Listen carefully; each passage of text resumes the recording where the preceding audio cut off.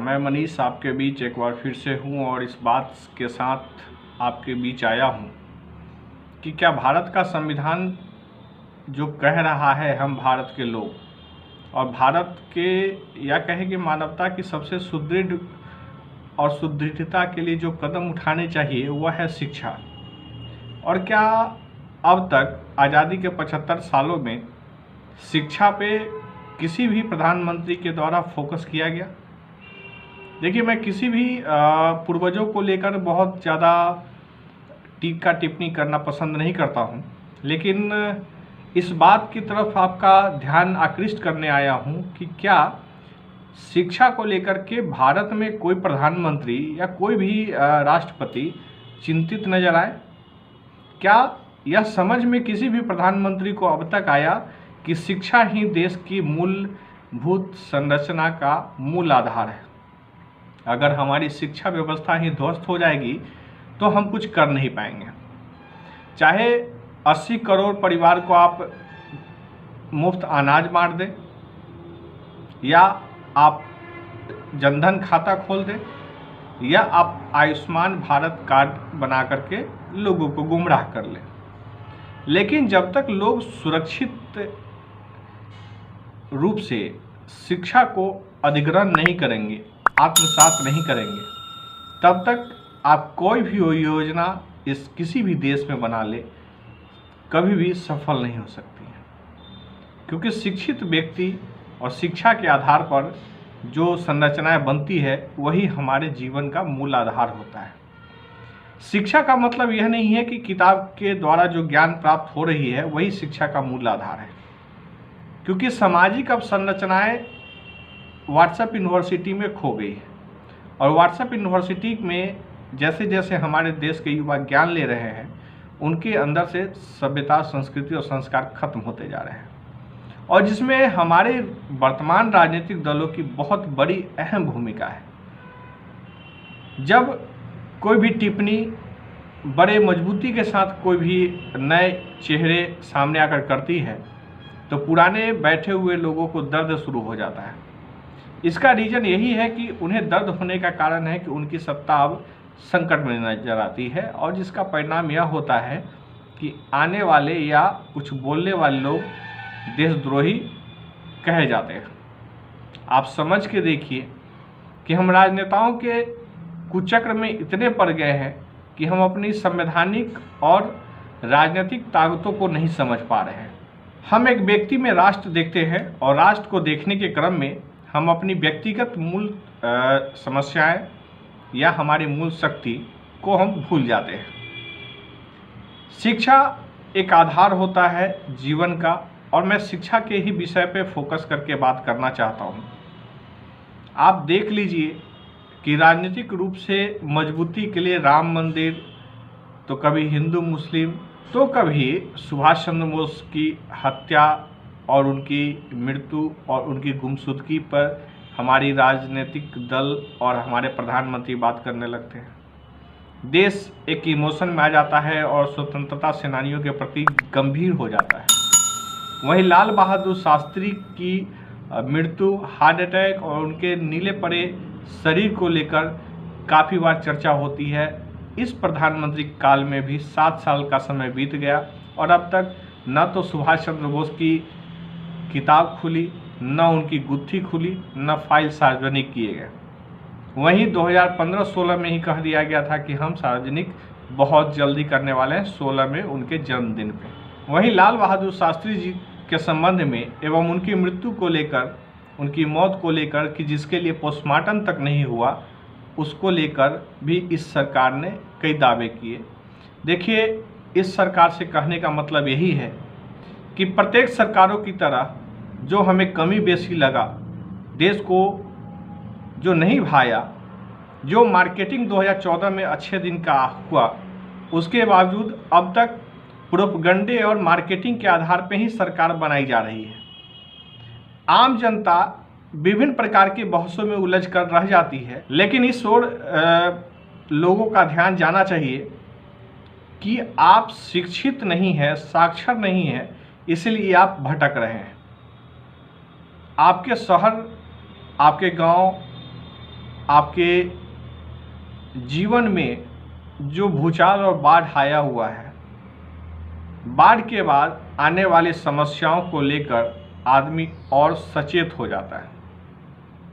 और अब सरकार बड़े बड़े टैक्स वसूली कर रही है और टैक्स के एवज में जो सुविधाएं हमें मिलनी चाहिए वह नहीं मिलता है। शिक्षा को लेकर जिस प्रकार से आप सुन रहे हैं कि कभी वाइस चांसलर तो कभी प्रधानाध्यापक तो कभी किसी कॉलेज यूनिवर्सिटी के प्रिंसिपल पकड़े जाते हैं, उनके यहाँ पे धरपकड़ होती है, अवैध पैसों की एवं कैश उनके यहाँ बरामद होता है, बहुत सारी चीज़ें सुनने को मिलता है। एक शिक्षक एक गुरु के यहाँ इस तरीके की बात होना अपने आप में शर्मसार कर देने वाली तस्वीर होती है। लेकिन क्यों बदलती जा रही है यह तस्वीर? आप देखेंगे कि पिछले 20 सालों में क्या परिस्थिति बदली है। आप देखिए कि हाई स्कूल का सचिव विधायक को बनाया गया और विधायकों ने बिहार के तमाम हाई स्कूलों को लगभग समाप्त कर दिया। जो भी खपरेल बिल्डिंग हुआ करती थी, कम से कम वो साल 2 साल में रिपेयर होती थी, उसकी पेंटिंग होती थी, तो एक खूबसूरत और एक बेहतर विद्यालय का स्वरूप दिखता था। मल्टी स्टोरेज बिल्डिंग नहीं थी, फिर भी शिक्षकों के प्रति हमारा सम्मान होता था। हम एक दूसरे के साथ बैठते थे, हंसते बोलते एवं मर्यादित तरीके से शिक्षा का एक स्तर हुआ करता था। लेकिन नई परंपराओं के तहत होते होते 2000 के आसपास से आप जब देखेंगे कि नई सरकारी व्यवस्थाओं में लगभग इस जो दौर का जहाँ पे आप भूरे बाल साफ करो, फिर जातिगत बातों को तूल देना शुरू किया गया, उस तूल में शिक्षा व्यवस्था सबसे ज़्यादा ध्वस्त हुई।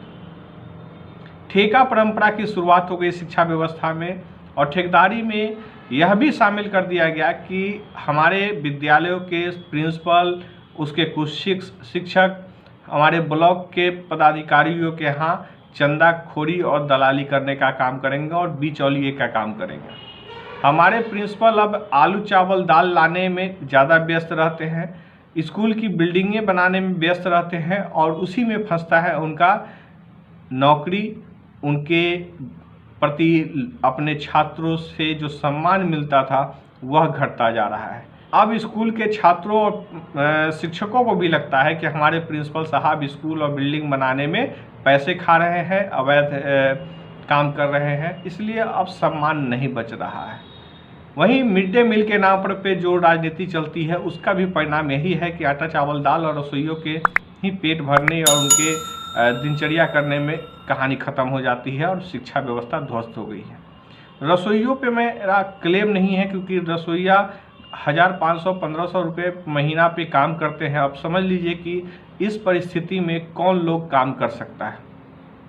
बहुत सारी स्टोरी है, बहुत सारी कहानियां हैं। हमारे साथ जो स्थिति बनती जा रही है, हमारी शिक्षा व्यवस्था का दयनीयकरण होना, हमारी सामाजिकता का ह्रास होना, शिक्षा व्यवस्था को धूमिल करना। भारत के अंदर सबसे ज़्यादा दुरुपयोग शिक्षकों का ही किया जाता है। उन्हें चुनाव में तो बाल संरक्षण में तो कभी जनगणना में तो लगभग सैकड़ों प्रकार के काम हैं जो शिक्षकों के माध्यम से कराया जाता है। लॉकडाउन हुआ तो शिक्षकों का प्रयोग हुआ, लेकिन राजनेताओं के द्वारा और राजनीतिक दलों के कार्यकर्ताओं की को शांत कर दिया तो उनको हटा दिया जाता है। क्यों? आखिर जो शिक्षक हैं उनको शिक्षा के प्रति ही और उनको शिक्षा में ही बेहतर से बेहतर करने का प्रयास और उनको उसी में शामिल करने का प्रयास क्यों नहीं किया जाता है?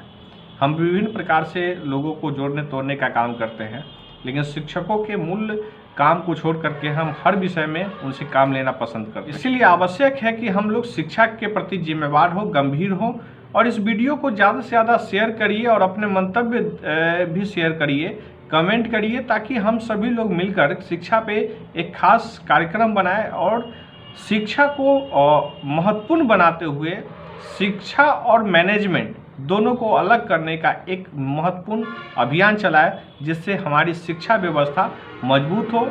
हमारे विद्यालयों में जो भी शिक्षक हैं उनका काम सिर्फ शिक्षा से हो, न कि उनका किसी भी प्रकार के निर्माण कार्य एवं आटा चावल दाल और सब्जी खरीदने से हो। बहुत बहुत शुक्रिया आप सभी का, बहुत बहुत धन्यवाद।